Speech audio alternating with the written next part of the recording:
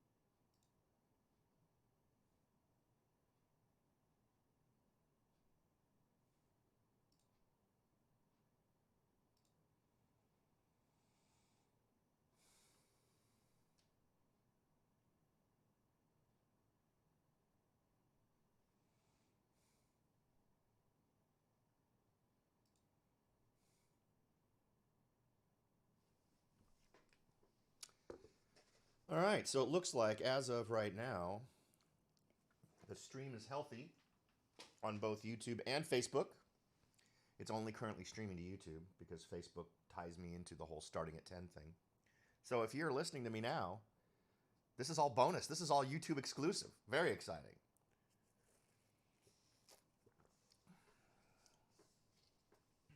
I have my coffee. I hope you guys do too.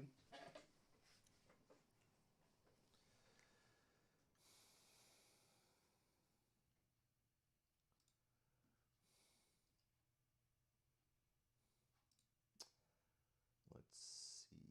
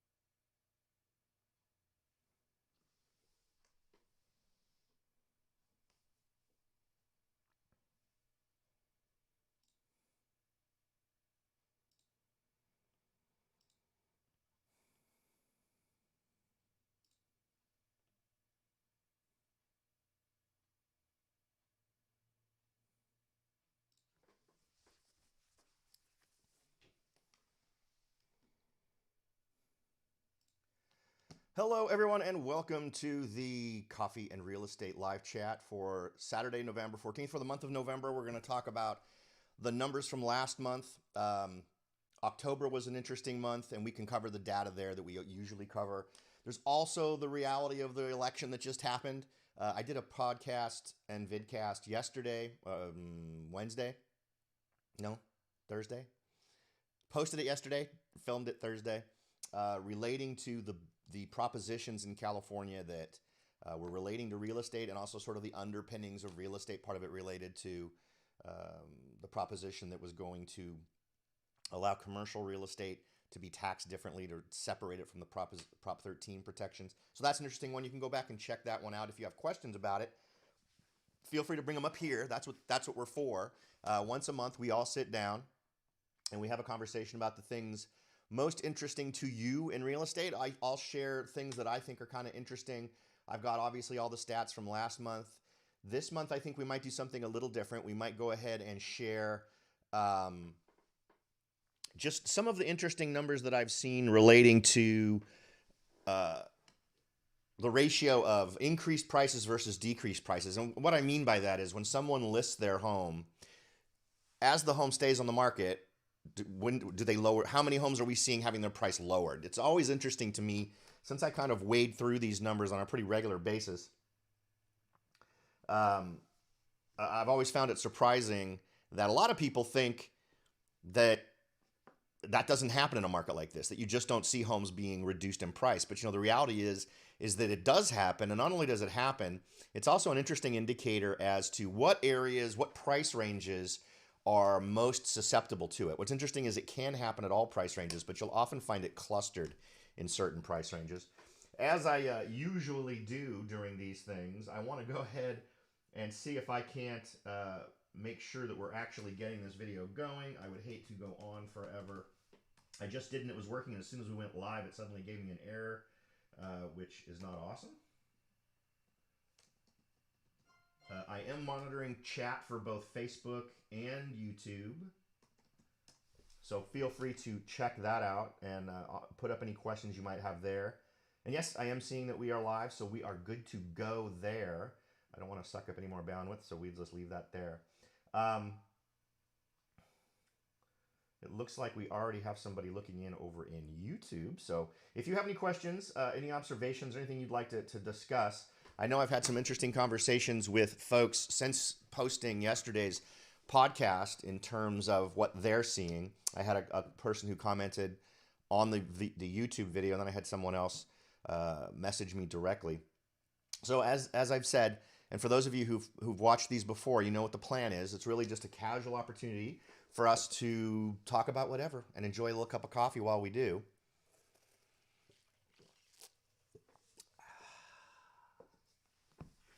It's a nice foggy day, or at least it was when I went outside to get my coffee today here in Morgan Hill. And I don't, there's a lot. Let's go ahead and just start with data. That's a good place to start in terms of covering what happened last month. Now, I did have one person make a suggestion last month after showing data, and I think it's a good one. I do it. I just don't do it in a pretty way. I prettied it up a little bit for us for today.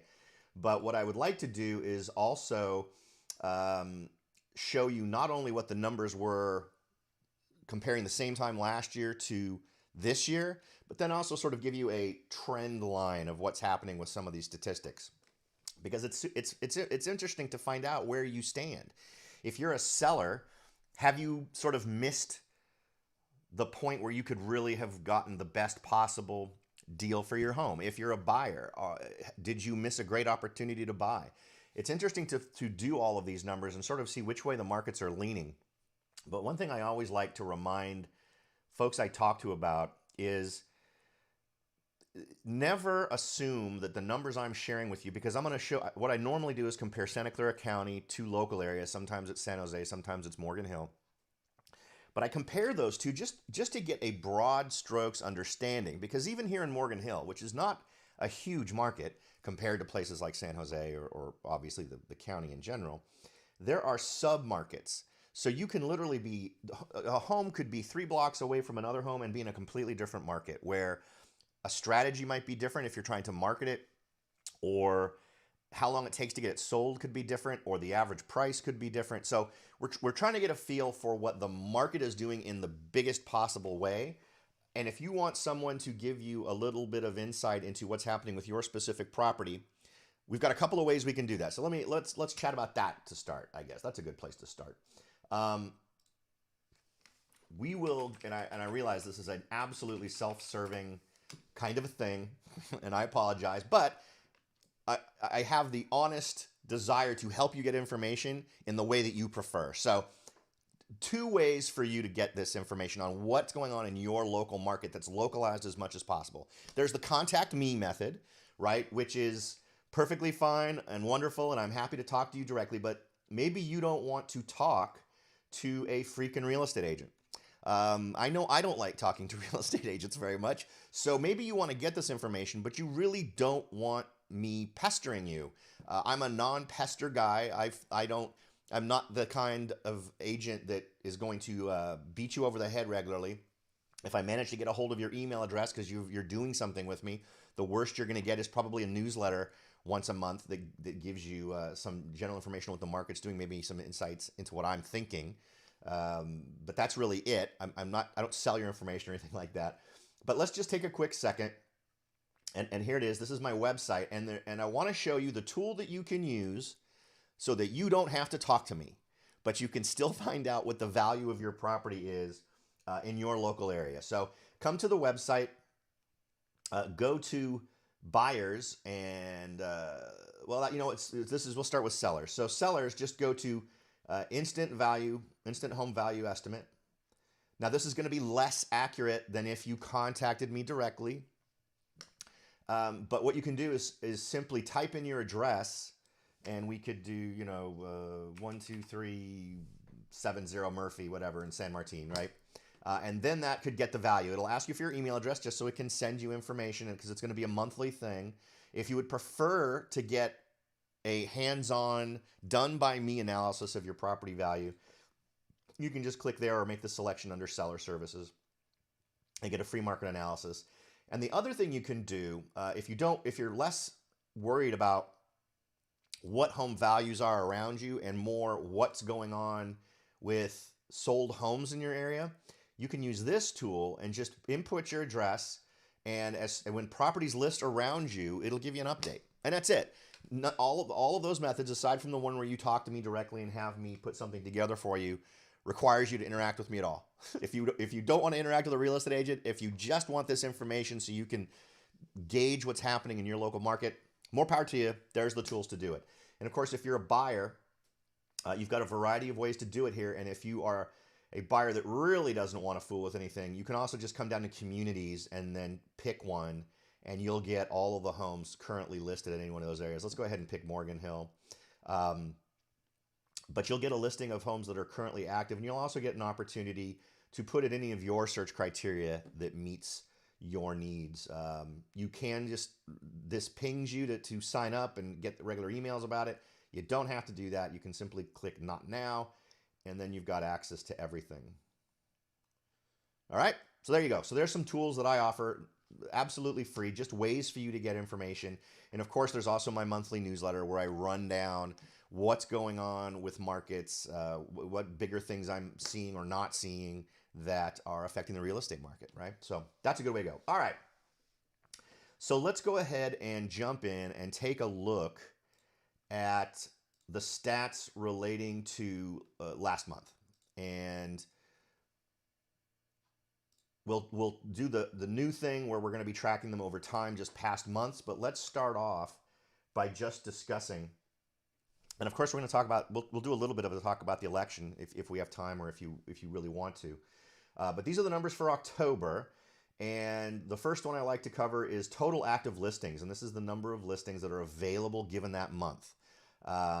In Morgan Hill, and the real takeaway, some of the biggest information here is really the percentage change from the same time last year. So just keep in mind, that's what we're looking at, right? We're looking at all the stats we care about. Total active listings, new listings, homes sold, average list price, average sales price, percent over or under asking price, and the total days on market. These are all numbers that are going to help you understand how the market is in broad strokes, particularly when we're talking about Santa Clara County. operating. And then to give you a little bit more of a regional feel, I've also got the numbers for San Jose and Morgan Hill.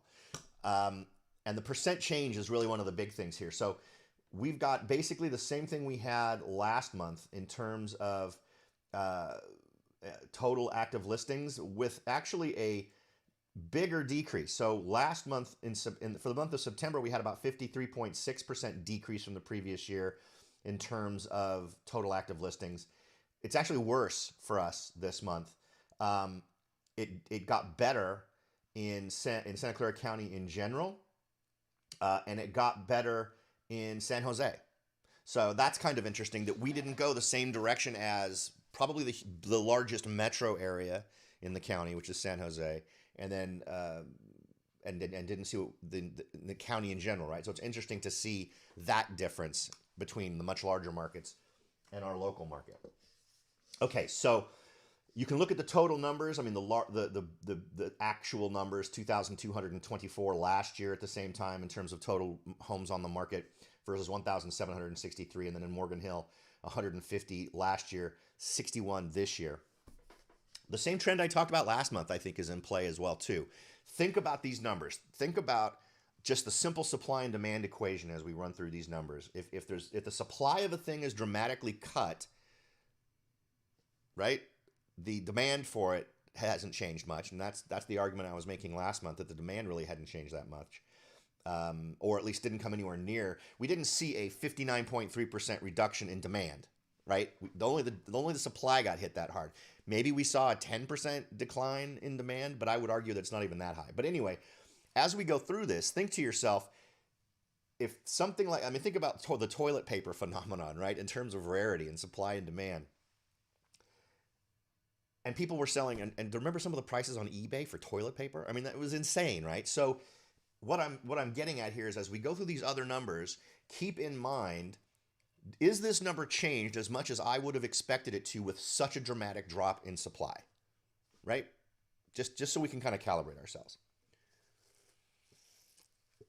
All right, so in terms of new listings, homes added to the market in the month of October, and that label's wrong. There we go. Can't have that. All right. In terms of total properties that were added to the marketplace, we can see that we had an increase of 12.9% in Morgan Hill, which is pretty nice. But take a look at the increase you saw in San Jose and Santa Clara County in general, right? So San Jose saw a 62.1% increase from the same time last year. That's pretty phenomenal. When we look at last month, much lower numbers for both the county and for San Jose, but we actually got fewer increases. We saw a 29.9% increase last month, but only a 13% increase this month. Now, you'll also want to keep in mind, as we do this, Morgan Hill's volume is low enough that things could go statistically wonky with relatively small changes. I mean, normally when I'm doing a statistical analysis of things, I like to see at least 1,000 in the sample, but obviously we don't get that many in Morgan Hill because we just don't have that kind of, that's not the kind of market we're in. So I often won't let a single month's worth of data really freak me out and make me suggest taking different steps. But what I'll often do is look at a normalized curve, which we're going to do here in a second, of the trend overall to give us a little bit more insights into these smaller markets. And when you're looking at market data for any of these more narrow markets where there's less action, there's not as many homes on the market, that type of thing, doing that normalized over time view, I think, is a smart thing to do. So, okay. And so again, this is compared to the same time last year. This isn't month over month. Okay, number of homes sold. Despite the dramatic reduction in inventory, in terms of activity, right? And the total active listings, right? Which is how many homes were available. Despite all that, we saw a 58% increase in Morgan Hill in the total number of homes sold. And all that really informs us is that we are selling off inventory, right? When we basically sold the same number of homes that we brought onto the market, right? So we had 79 homes as new listings. We had 79 homes sold. It didn't work out as every single home that got listed got sold in the same month. Some that had been on the market for several months probably sold, and some that had been new listings are staying on the market for one reason or another. But that's an interesting number to note. And again, another scenario where Morgan Hill as a local community is seeing a much bigger increase than places like San Jose and the county in general. The county and the San Jose are very close in that regard, only off by about 1.5%. Next is average list price. List price is an interesting number, and this number that I'm sharing here with you, that's list price, is not the list price when it's sold.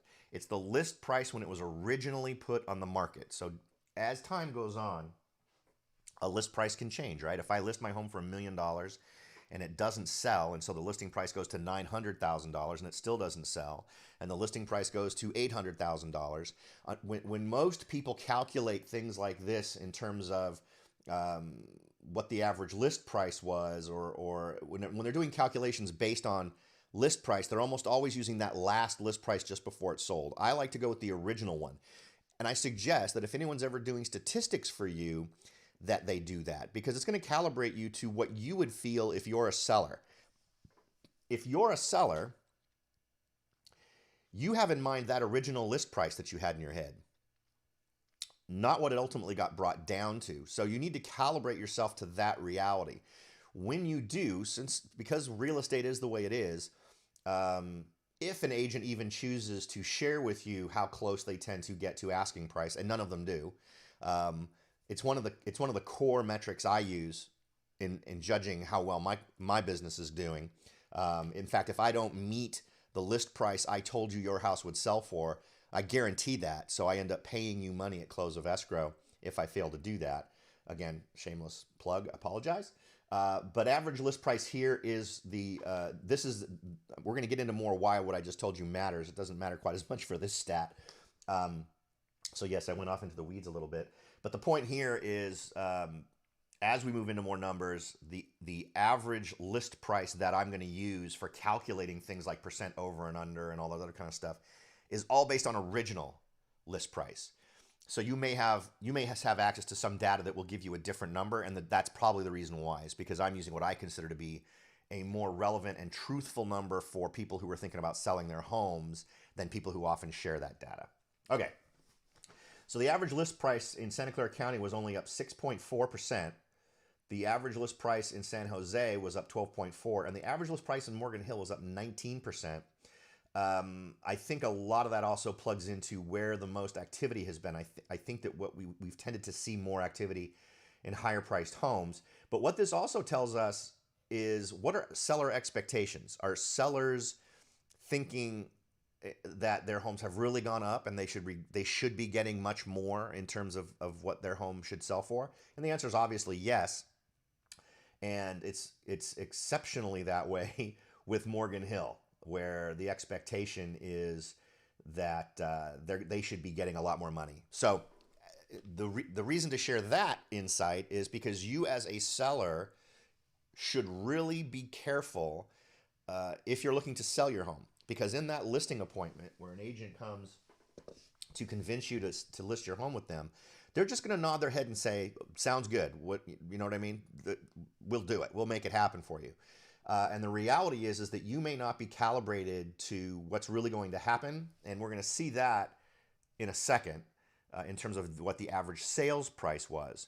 A lot of agents, a lot of folks out there are going to promise you or be willing to list your home at a certain price, even if they know it won't sell for that price.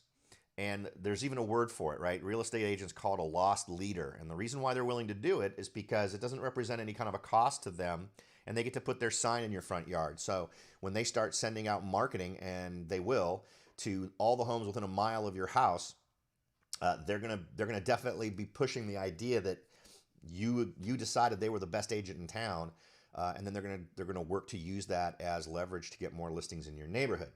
So make sure they're backing up. Don't if they come in and you look at their information and it looks like solid research, it looks like really good statistical analysis of what the average price is in your area, great. Uh, if you have faith in their ability to crunch those numbers, you should probably put faith in that conclusion and not expect $200,000 more than what the market analysis says. And always be suspicious of anyone who wants you to tell them what you think it's worth before they'll tell you what the numbers say. Because what you'll find is it'll often end up being a magical coincidence that they'll say, you know what, we feel like we can absolutely get that price for you, without getting into the nitty gritty of what the real numbers say. And the reason why that's important isn't just what you're going to get out of your house, but if you don't sell your home, and we're going to look at some interesting listings, if you like, where homes did not sell. And the real reason they did not sell, some of them have probably very extenuating circumstances, but you can see that a lot of these didn't sell because they just weren't priced right. It could be that there was also a not good marketing plan put into effect or whatever, but one of the biggest contributing factors is going to be that list price was off. Now, average list price, as I said, expectations are super high in places like Morgan Hill. And this is why getting in, and it's going to be within Morgan Hill, the city, there's even going to be areas within that where this is a fluctuating number. But on average, in Morgan Hill, the expectation is that they're expecting a 20% increase in their home value from last year to this year, right? Average sales price. So this is what homes actually sold for on average. Santa Clara County, 8.8%. So not horribly out of line. On average, in the county in general, sellers are ending up selling within within 10% of what their expectations were. San Jose, California, average they were underestimating on average what their home would sell for, as the average sales price ended up being 18.2% over the same time last year. And in Morgan Hill, that same period of time from last year to this year, the actual average sales price increased only 6.4%, not the expected 19%, right? So that's an interesting number to see as well. So there's and note, Morgan Hill saw the lowest increase in average sales price comparing this year to last year. So while things are still good in Morgan Hill, right, expectations on the part of sellers may not be great. So buyers and sellers, what should you take away from that? Investors too, frankly. What should you take away from that? Well, first, as a buyer, if you find a home you really like, make sure you're doing your due diligence, or your agent is for you, to research these numbers, to basically do a market analysis. Any agent that's helping you buy a house should be doing at least a basic market analysis to say, yeah, you know what, this home, the value, the comparables all point to that, or be able to say no. And there's going to be plenty of instances, according to this, at least as something as a warning sign to you, as a red flag, that you should be thinking expectations on the part of buyers on the part of sellers is not in line with the reality that we saw last month, right? The expectation was 19% higher. The reality was 6.5% higher. So just keep that in mind. That's not a small number, right? That's a 13% difference. And by being aware of that, would it benefit you as a buyer to be aware that in many cases you need to be cautious about the possibility of someone having their price priced 10% above what the market really indicates it should be selling for? Now, granted, if you're in certain markets, it's going to be a no-win scenario for you. If you're a buyer who really doesn't want to try to be super patient with a lot of different offers that go nowhere, some of these homes are still going to sell for multiple offers. We're still seeing a lot of homes that are selling for over asking price. So I get it. I get that it's tough out there, but be aware now that sellers are expecting higher prices for their homes than the market is actually indicating. And there are obviously folks out there getting lower prices because the numbers tend to indicate that. All right, let's look at the next one.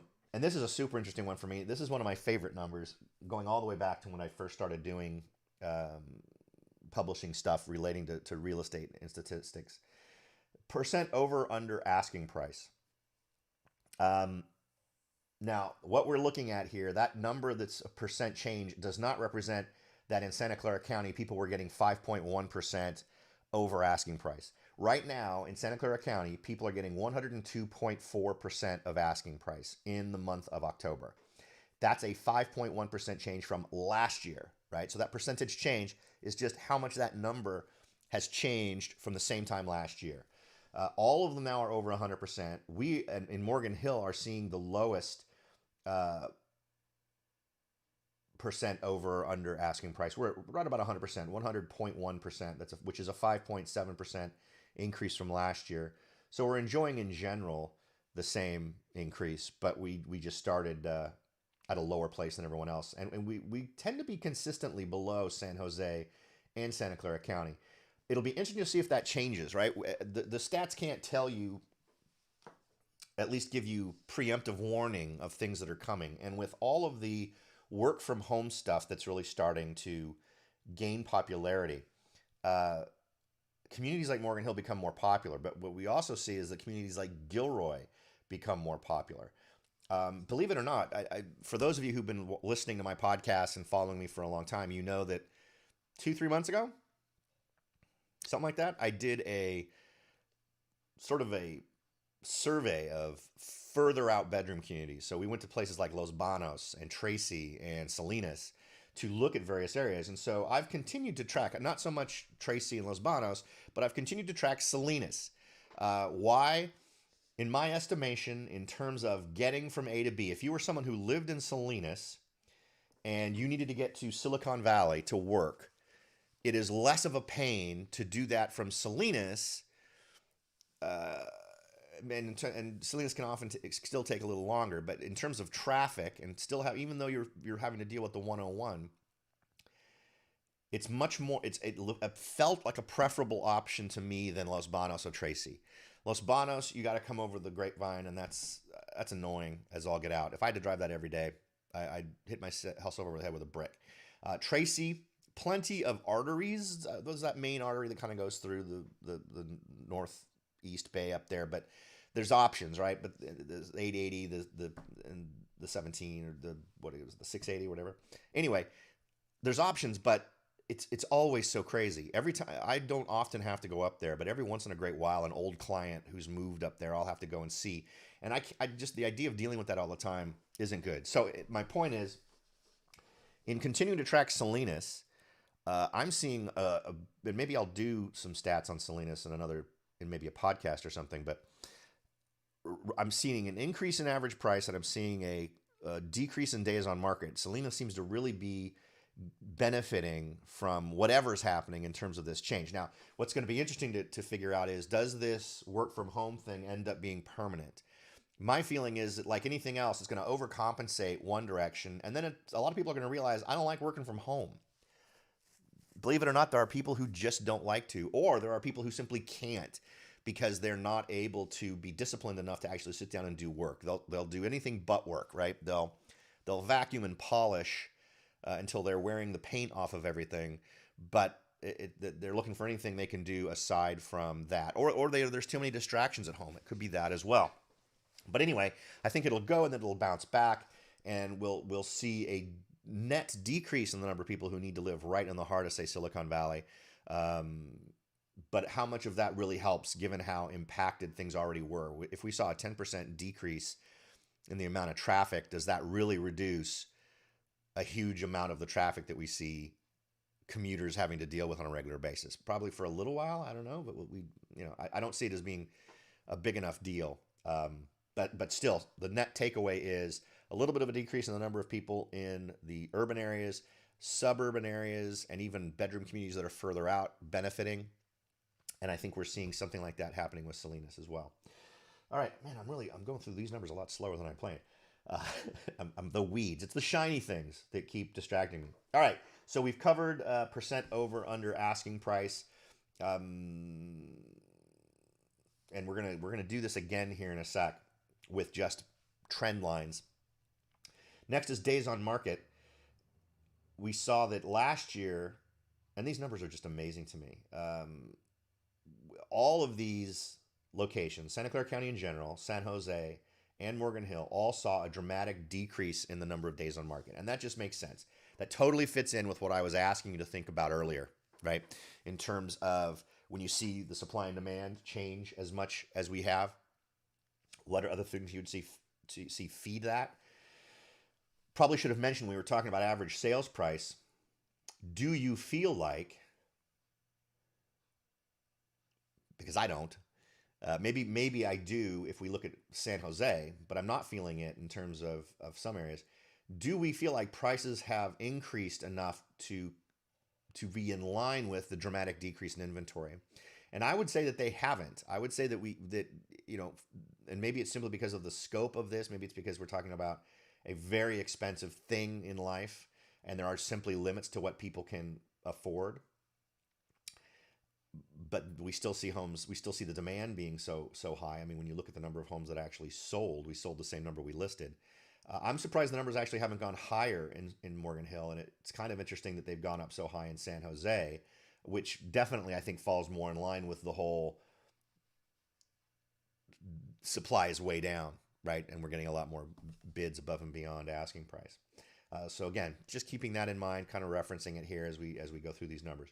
Days on market, we saw a 60% decrease in how long it took to get a home sold in Morgan Hill. It went from 60 days in October of 2019 to 24 days in October of 2020. And I'll be honest with you, and if I have done a couple of deals here recently, if I had a house that was still on the market after 20 days, I'd be wondering what's wrong. Um, I haven't had a home. I've even properties that are completely loony properties that if I had listed them 5 years ago, I would have been calibrating my sellers to having to wait up to 3 months to get an offer. Those homes are selling in less than a week. And the only reason they takes that long is because you force buyers to wait. You say we won't look at offers until such and such a date, which is usually after the first weekend, right? So normally what I do is I'll list it on a Tuesday. I will have an open house or virtual open house the first weekend, and then I'll say no, we will not sign any offers until Wednesday. So we're basically giving ourselves 8 days. And even in those scenarios, we end up having people come in with crazy above asking offer prices to try to circumvent the whole multiple offer scenario, and end up selling in less than 10 days, less than 8 days, less than 7 days in some cases. I think the one I did in Finley Ridge was 6 days, maybe seven. But again, that was one where we delayed. We'd made people wait. So, yeah, 24 days is actually too long, given what I'm seeing in my local market. All right, so let's go ahead. We're going to start off by focusing on Santa Clara County. We're gonna do the whole trend numbers thing, and we're not going to look at San Jose. We're just going to look at the county in general. We're going to compare Morgan Hill's performance against the county in general. So, I think that's a good way to go in terms of calibrating yourself to what we're seeing the local markets doing. All right, so if we look at Santa Clara County, and I think instead of looking at the specific numbers over here in the upper left, I think you're probably much better off looking at these trend lines. And let's look at the first one, which is the numbers of totally active listings, new listings, and then homes sold. So blue is the total active listings that were active in that month. The new listings is the green line, and the homes that were sold is the gray line. And really take a look at the total active listings, right? Because that's what a buyer sees, right? And if you're a seller, that's what you want to focus on, because that's the amount of competition that you have, the number of homes that someone else who's buying a home who might be looking for something like yours is looking at. And as a buyer, it kind of gives you an idea of what have you got to choose from? Is there how big is the supply of the thing you want, houses, in that month? So as you can see, way back in December of 2019, total active listings was at its lowest point, right? So a really crazy down number for there, and it was also right on par with the total number of homes sold. We were selling basically all the homes on the market, and no new listings were coming on board, and that's normal, right? So when you see a big dip from October to December and January, that's totally normal. That's the winter dip. We should see it again this time around, but it wouldn't surprise me if we don't, given kind of the weird stuff that we're currently facing. Okay, next, if we look at the total number of new listings, we can see that as we've moved forward through the year and as we hit October, we've actually got more new listings in the county than we do total active listings, right? So the new listings has taken a jump from August. We saw a jump from August to September to October. In fact, ever since June, July, or May, we have seen more homes, more new listings coming on the market in the county in general than in the previous time, going all the way back to September. So I usually like to do a 13-month retro when I'm looking back on these things. If folks would feel a little bit more of a benefit, I can see why you might want to see more than that amount of time today, simply because this obviously right in the middle of it has a quarantine in it, and it would be nice to compare it to a year that doesn't have a quarantine. But anyway, as the trends show here, home sales are going up while total active listings is going down as we sell off inventory, but we're seeing new listings coming up, right? So we in other words, when these two lines cross each other, and when we see an approaching number of homes being sold, that potentially indicates a crunch, an even more frenzied attention on listings, as the total available inventory is more competitively. Man, I'm really phrasing this horribly. There's a lot more buyers are seeing a lot more competition. They are seeing the total inventory down, the number of actual buying numbers is going up, and that just means that odds are it tends to boost the cost of a thing because the number of things out there is going down. Okay. Next, let's look at days on market. There's no clearer indicator of what the heck is going on here. Starting in January of 2020, we had a peak, right? We peaked in January, right? Just shy of 45 days to get a home sold. And then things went absolutely bonkers. And between January and May, we saw things drop to below 10 days, 6-7 days. 7 days, actually, in that month. Stayed pretty significantly at that low number, and then did a bit of a jump up to just below 20 in July, and remained relatively flat, but now we're just a little bit over 20.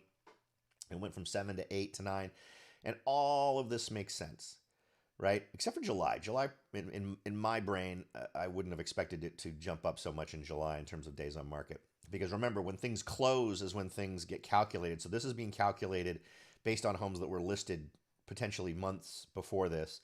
But that's the normal hot time of the year dip, right? That dip's a little bigger than a lot of other years, but seasonally, that's a normal thing. And then we see things sort of ramp up, and usually I don't expect this number to go up quite so much that early. I would expect it to go up a month later, maybe August, maybe September.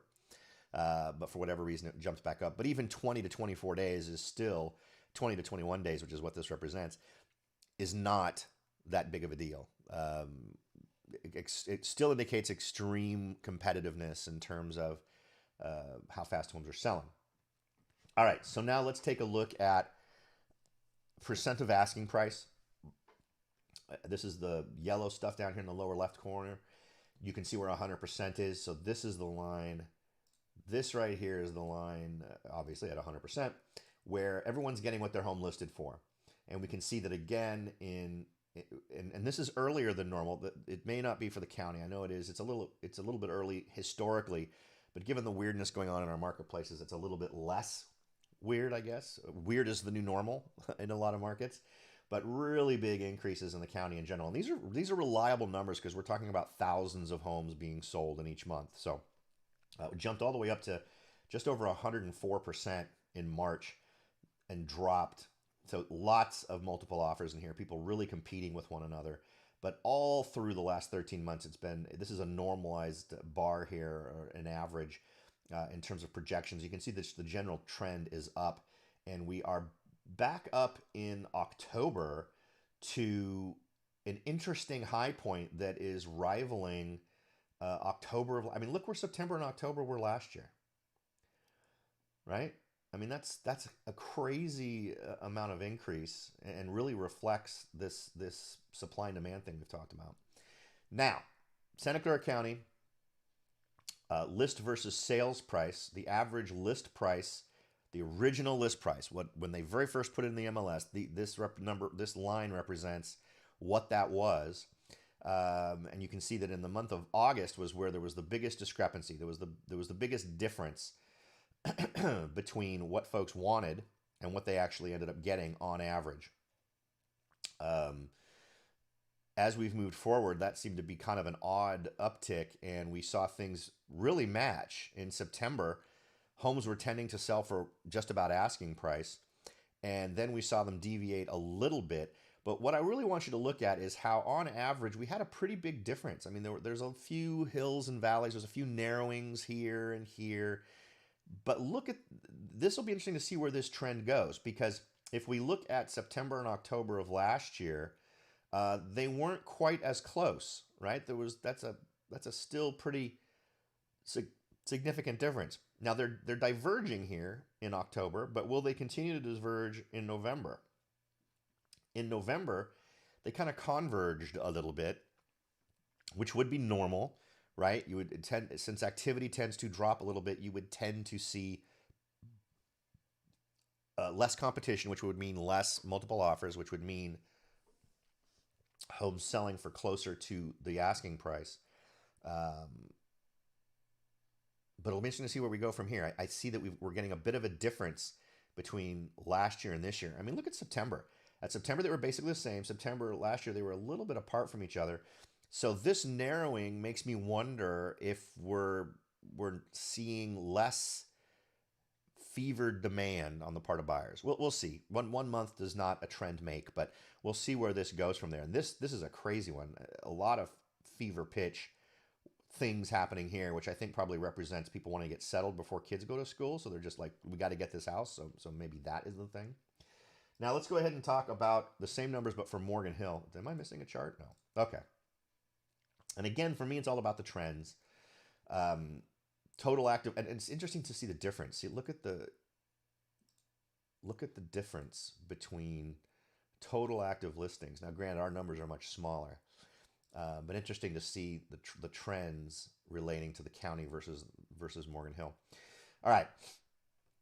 So same time last year, September, October, November, tons of active listings with a huge open space here between new listings and homes sold, right? So inventory was fine. And so during that same period of time, we should expect to see, well, logically what, right? We should expect to see asking price and sales price pretty close. And we do, right?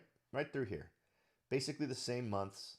I've tried to make this the same size so that these months line up. But you know, where there's big differences between the total inventory and the homes sold, or all that wonderful stuff, you should see them closer, and we do. As they get closer, we should see a convergence here too, and we do. So this, let's stay focused though. Total active listings, and we see a lot of crossover where total active listings drops below homes sold and new listings, which indicates fevered selling, right? So the selling has now surpassed not only the number of homes that are being added to the market, but the number of So you basically are selling everything that's coming on the market plus a ton of things that have been on the market for a while. And then we start to see in August through into September that new listings start to make a peak. And then we get a little bit of a dip into October. But the total active listings is being overwhelmed even by new listings. So is this, on the part of sellers, a decision to take their profit, right? To get going, get their home sold, and move on? Again, we always want to be aware of how many homes we're talking about. I mean, we're talking about, in this case, 80 something, in this case, 70 something. So, again, we want to see trends. These are designed for us to try to figure out what a long-term trend is. But over this period of time, the long-term trend is a reduction in total active listings, a slight increase over time of homes sold, and new listings getting a bit of a boost. But if you were to average that out, I bet that would be relatively flat with only a slight increase over the course of the last year. In terms of days on market, we're seeing the exact same trend that we saw elsewhere, where days on market was relatively high earlier in the year.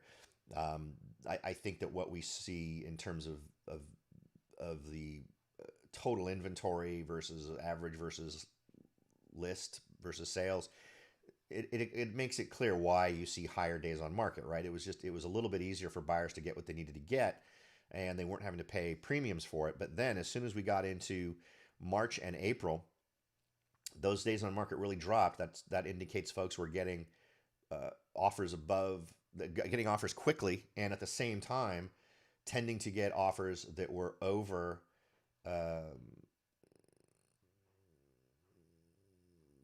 asking. We'll see that here in a second. As we see the months of May, June, July, and we see May, June, July, each one of those months saw a continuing increase in the average asking the percent of asking price that folks were getting. And then it sort of normalized. So the days on market trend has obviously decreased, but it's also flattened. And at the same time last year, what were we seeing? Were we seeing September and October, were we seeing flat? No, between September and October, we saw crazy increase. So interesting to see how this goes. Again, sample size is a little small, but we'll see how the trend goes. This looks like it's trending up a little bit, but my guess is it's not going to see the big drop that we saw in November of last year. I think we still have too much pent up buying to decrease, the dramatic decrease. We won't see. I think we'll see flat or slightly down. I think we're going to see a relatively flat performance through winter as demand continues on through the wintertime. All right, and then percent of asking. As we look over time here for Morgan Hill, we can see the trend line is just straight up. It's very similar to what we were seeing in Santa Clara County in general. But Santa Clara County was hovering at higher numbers in general. See there, everything 100% is right there towards the bottom of the screen, whereas we're not even reaching much past 100%. We peak out here at a little over 100%, Creek being up on 101%. But generally continuing to see relatively high numbers. What's really interesting is I have not seen, it's been a long time since,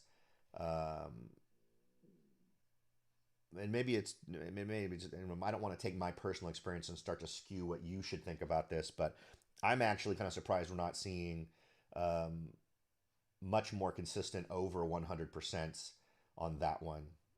Just because of, every time when I'm going and I'm looking at properties, and I'll be going and looking at properties after this today, when I start talking to agents about properties and maybe they're just trying to talk up their listing. That's always a real possibility.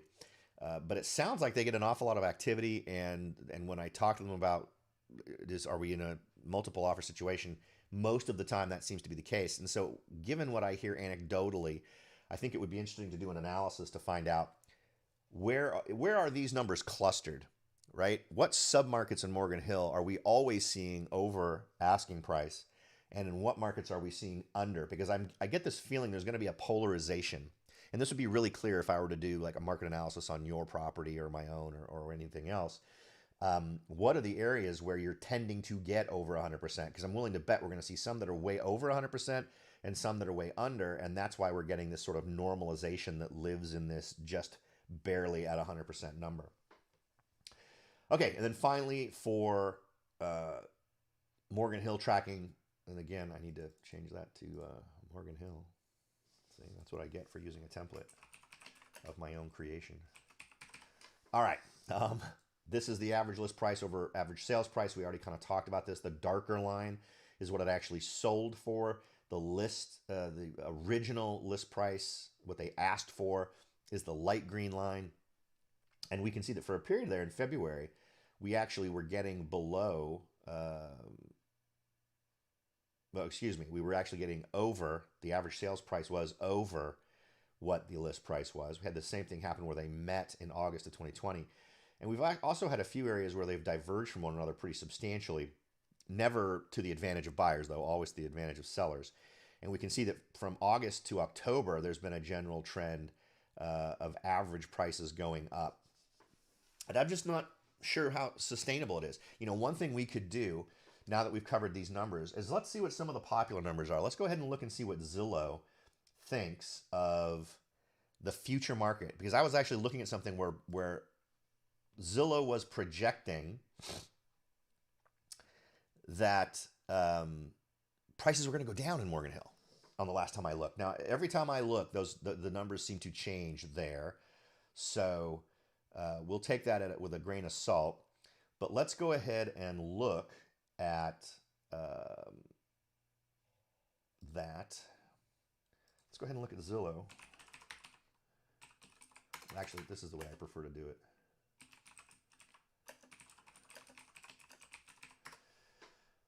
Because they bury their stuff. Okay. Okay, so what's interesting is the last time I looked, they're expecting a 1-year change of 11.9%. They expect what? A 9.8% 1-year forecast, an increase, right? Now, when I did it on just my house, it was flat or down, which seems odd because I live in a part of Morgan Hill that tends to be a higher demand area. I live in a place called Holiday Lake Estates. So, Morgan Hill, well, I mean, right here, this is right off Anderson Lake. If I look out my office window, I can just barely get a peek of Anderson Lake. So this tends to be an in-demand area. This tends to be an in-demand area. Some of the right along the hillside houses here tend to be an in-demand area. Right down over here. So, there's and over, we have a really awesome kind of classic neighborhood over this way. But the point is that for a lot of those homes I'm looking at, the forecast is for prices to go down. Let's look at a specific house in Morgan Hill. Let's go for let's go with you know what? Let's just go with Morgan Hill.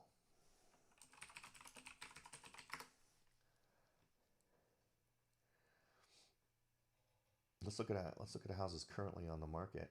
And now, the reason why I want to use Zillow is I want you to see tools you can use to calibrate yourself to this. Again, I'm all about trying to help you find, well, that's a nice one. Oh, that's a truck ad, sorry.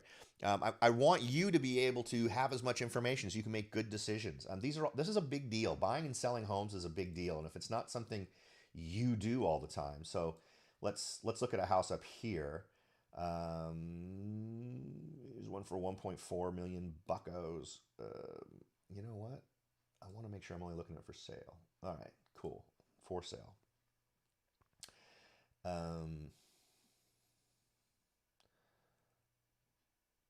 Oh, okay, right. I'm all 625,000 feet. What? All right, here we go. So let's see. And you'll note these ones that are 725, that's a 2-bedroom, 1-bath, 1,000 square foot home. That's a 900 square foot home for 625. That's a lot for 430. Let's go ahead and let's look at this one. It may not show us on a home that's actively listed, but you know what? Let's try Trulia.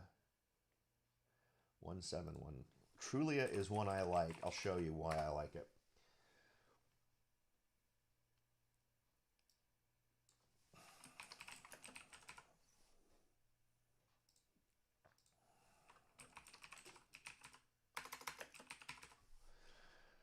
So this is why I like Trulia. If you're trying to do some cash, now it's tough to crunch numbers because they often don't give you data in a digestible way that you can do things with. But what I like to do is I subscribe to several searches on Trulia, and let me show you why. If you're looking to do an investing type of approach, go ahead and find yourself a home that interests you. Let's just look at this one. Now, this is one of the things I like, crime. Go down here. Now, when I'm looking at things for investing, I like to look at the crime map.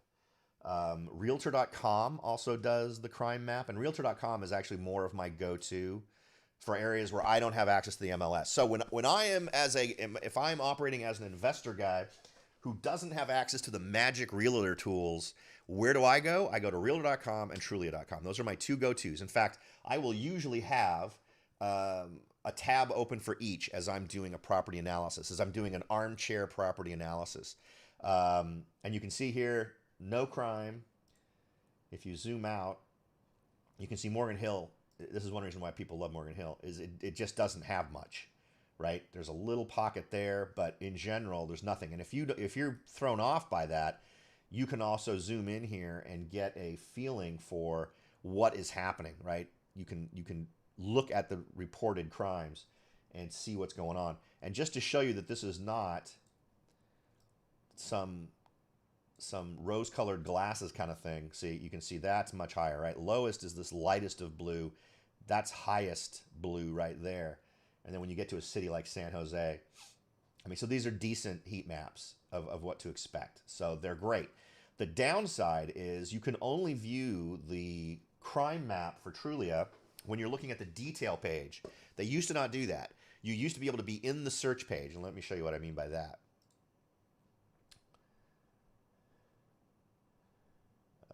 And I don't know if they actually share the information here. They usually suppress it when it's actually listed. At least I think so.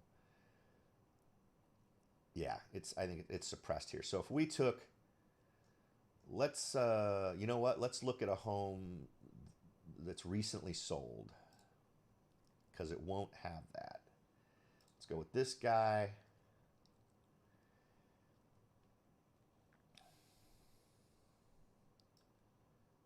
Let's copy that in case I want to use it for something. All right, so what do they project? I'm not sure this is the view.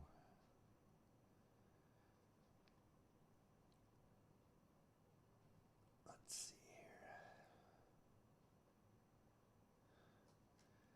Let's see. Let's do a Zestimate.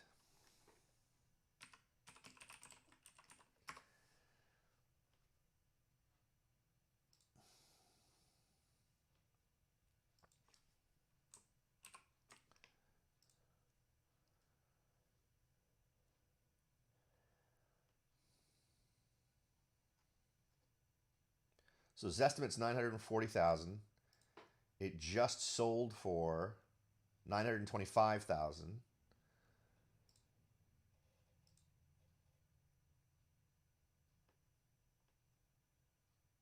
Man, well, I guess I'll have to say I'm not the owner. Last 30-day change down 0.3%. I'm just wondering what they'll show me. On mine, they were indicating that for my property over the next year, they were expecting a decrease. And I want to see if they for all of Morgan Hill, they're projecting that increase, and I'd love to see.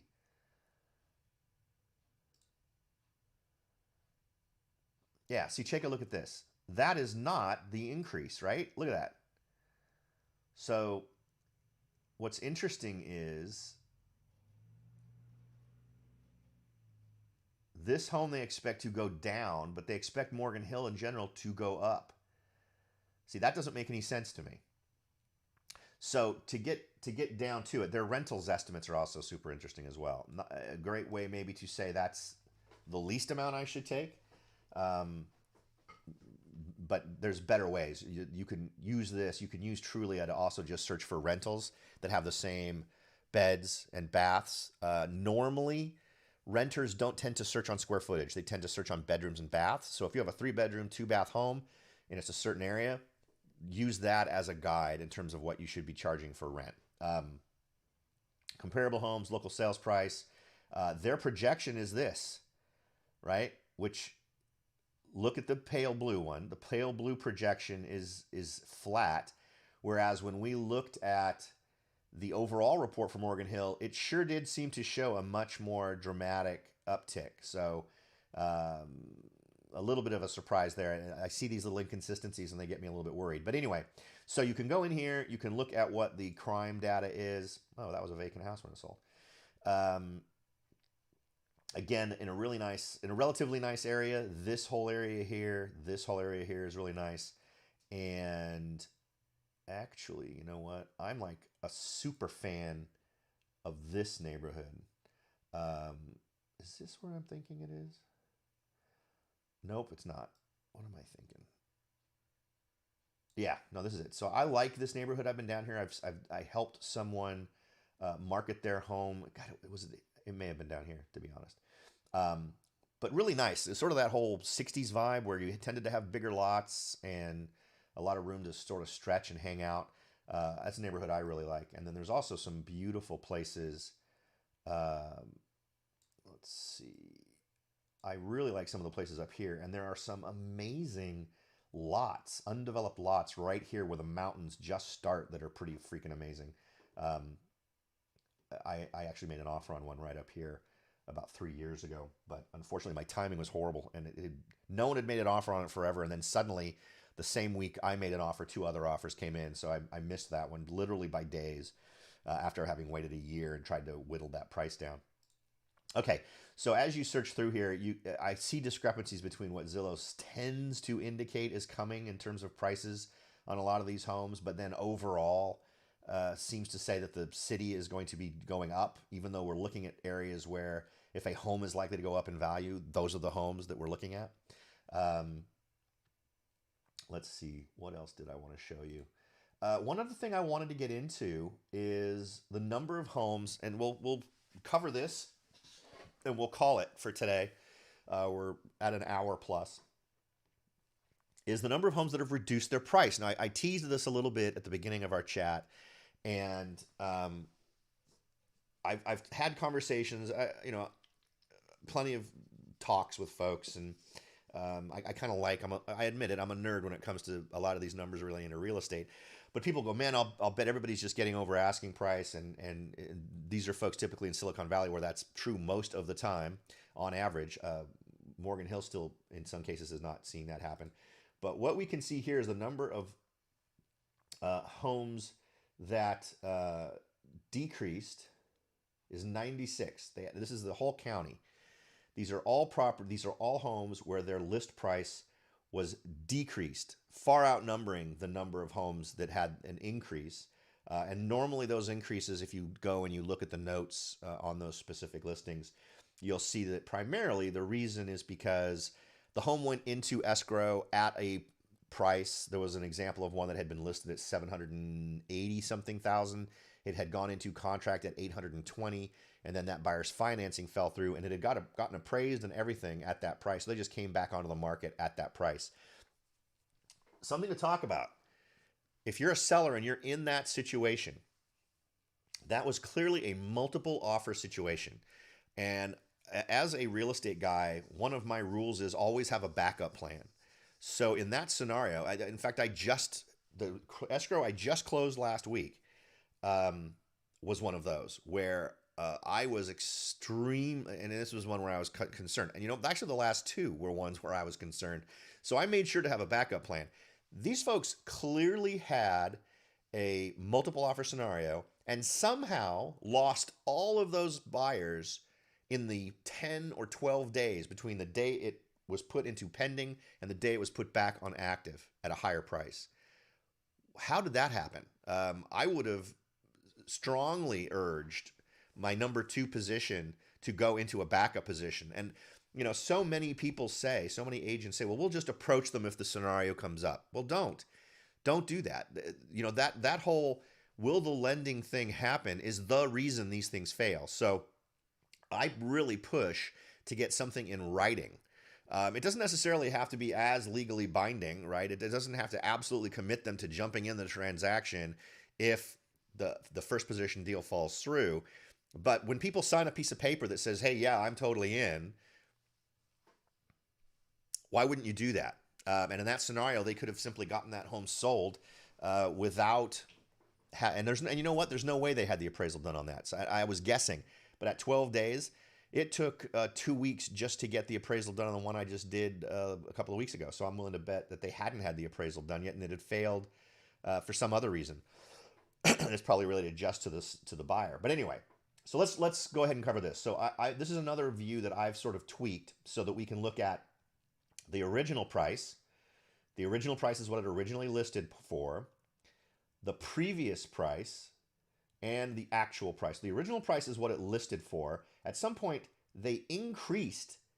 This is in Santana Row. Oh. For those of you who haven't been to Santana Row, that's an interesting one. That could be a whole other show. But anyway, so someone listed that at 1.168 million.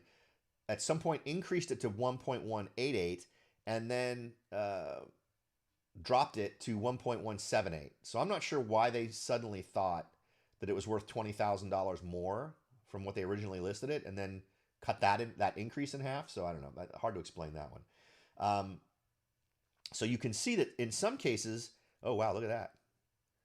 So when I looked at this list last time, there were actually some that were that had accepted the offer and their status was pending. I'm not seeing that anymore. Anyway, okay. All right. So these are all properties that have had their values reduced, and we can sort them by price, and we can start with, as you can see them. This is a house in San Jose. Price dropped 17.5%.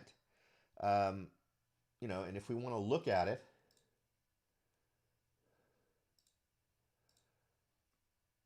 okay, fine. If we want to look at it, it's a one bed, one bath, so it's not big, but it's $399,000. It's been on the market for 134 days. And again, this is my cycle. If you have a search set up with me, and I actually shouldn't be showing that view, but let's see. Anyway, if we wanted to go back and do a search on that,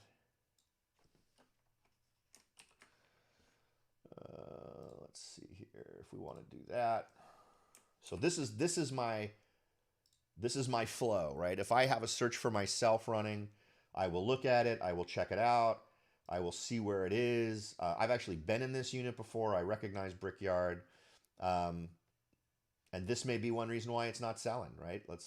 There it is. It is right there in a higher crime area in San Jose. Since it's a locked up building, though, I tend to not be as worried about that. I mean, simply because when you're in a locked up area, it tends to be a little bit better. But it's a great way to get some perspective on that. It would be awesome if these tools included the same sort of crime information, because the last thing I want is, if I'm doing an investment property, is tenants who are having to wrestle with a lot of crazy crime stuff.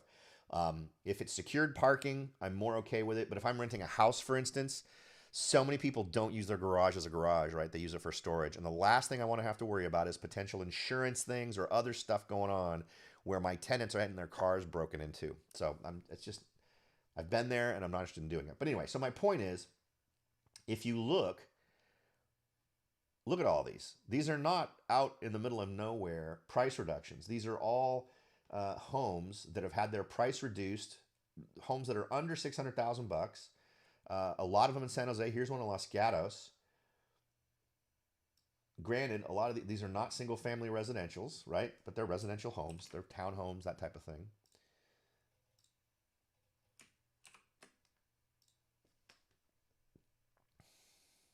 Lowest crime relative to the rest of Santa Clara County, according to this. It's a 2-bed, 1-bath. It's only 934 square feet. But these are properties that are, I think, super well priced for a lot of folks. Granted, well priced for the area. I mean, let's be honest. Santa Clara County is insane. Here we go. So here's one that's now contingent. So they lowered their price and it went contingent. And then look at the reduction. That's a pretty good jump down from over 600 to under 600. I think that's probably pretty smart. And then here's another one, Weeble, that dropped from 960 to 949 and then went contingent. And then this one went pending on Coldwater. But some of these are pretty substantial drops. 12.72% is nothing to sneeze at. So it can happen. And what's amazing is the reason why I want to point these out is if you're doing searches or you're working with an agent,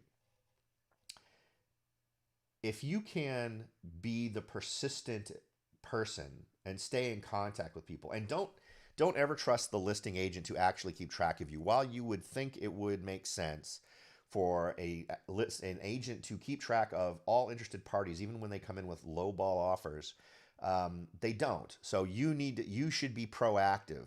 And how proactive should you be? I would say once a week, reaching out. Like here's one that's kind of interesting. 108 days. There's another one, 119 days. But this one's a 4.76 drop. This is a 4.14. All these ones that are over 30 days should be really on your radar. Um, but what you want to be is the person who's out there plugging away and reminding these folks that you're there to buy their property for this lowball offer. Because instead of actually lowering their price, and I see this happen all the time, instead of lowering their price like this and then marketing it out to the world, they'll just take your lower offer. And that's great for you. It represents no competition, right? These guys are not seeing any offers. What's the highest number that we're seeing here in days on market? Is it 134? This one hasn't even been on the mark. Okay, they misentered. See, that little agent really screwed that one over. Anyway, so here's one, 518 days, but it's also $11 million. Here's one that is now went from, oh, this is right here in my neighborhood. I've actually seen this one. So I could say an awful lot about this one because I know exactly why this one hasn't sold. But yeah, so that one's been on the market for 393 days and super smart that it is now listed where it is. But look at the drop. And this is why the phenomenon of agents coming in and saying, we'll sell your house for what you want to list it for without backing it up with stats is so harmful. So these folks for over a year have been trying to get this home sold and they started at 2.3 million. Within the last 7 days, they reduced it after it went from contingent back to active. Wouldn't surprise me if one of the reasons why it fell through, because it didn't appraise for the amount. And that's probably what it appraised for. But even that is a little bit nuts. But look at all that time that's been spent, time and potential money that's been wasted, plans unrealized. This is an amount of time that goes way beyond even before the quarantine was happening. So that's a crazy thing. Now here's one that has a 134 days. Most recent is a 17.54% list price reduction. Is this the one this isn't the one we were just looking at, is it? Let's take a look.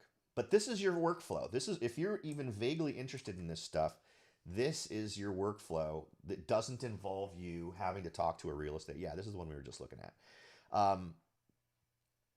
Then, of course, also with these, you're going to want to look at where's the magic? Here it is, HOA fees. So HOA fees of $495. My personal rule is if it's going to go up to close to $500, it has to have everything. It has to have a pool, a hot tub. It has to have all the amenities. It's got a little workout thing. It needs to have all the magic, right, in order for that kind of money to be worth it.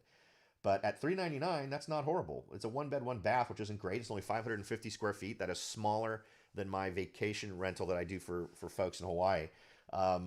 But this could, at $399, I bet if we did the math on this, and this is, we don't have time to do it today. Maybe we'll do it on a future show, but kind of walk. I think I actually have a video on YouTube of this, of the process that you should use to analyze an investment property. Go through and figure it out. Usually it's a 1% rule thing that I kind of throw out there. This might actually work. I wonder, I could do some research and find out what things are renting for here. And that's super easy.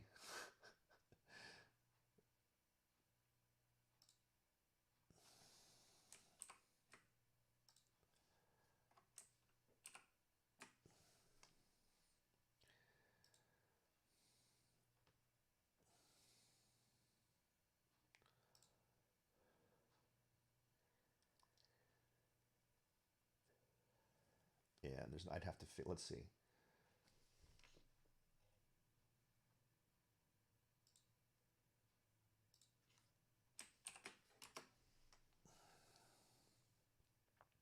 Let's look at it on the map real quick. I promise I'll cut you loose here in a minute. I just want to give you this little tidbit. This is a great way for you to do research on rentals, right? So it's at Key and First, 280 and 87. All right, so we can go here. Let's do 280 and 87.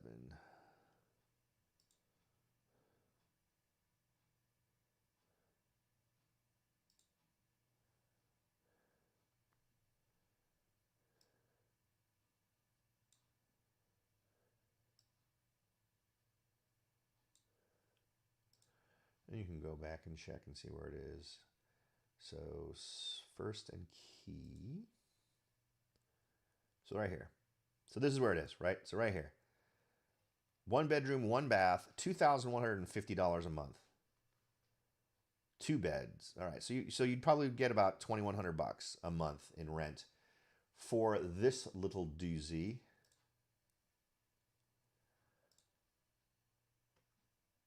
What did I say?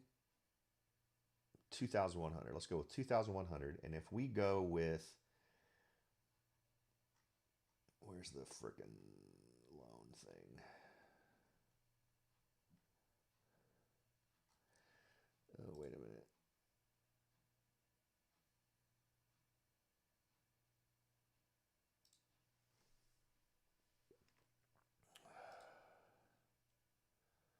$328.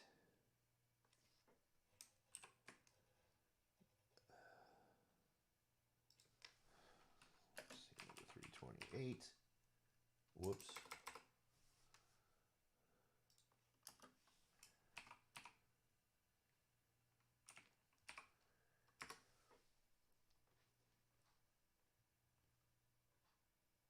Whoops.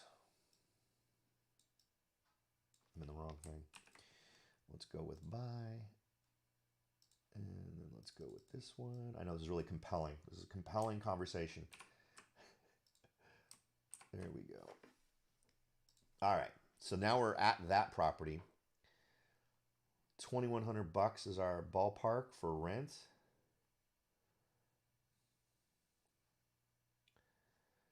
All right. So we are basically, if we were to put 20% down, we are not including taxes.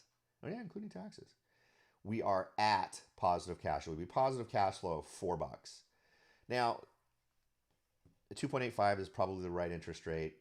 Could we get it for less? I would argue, yeah.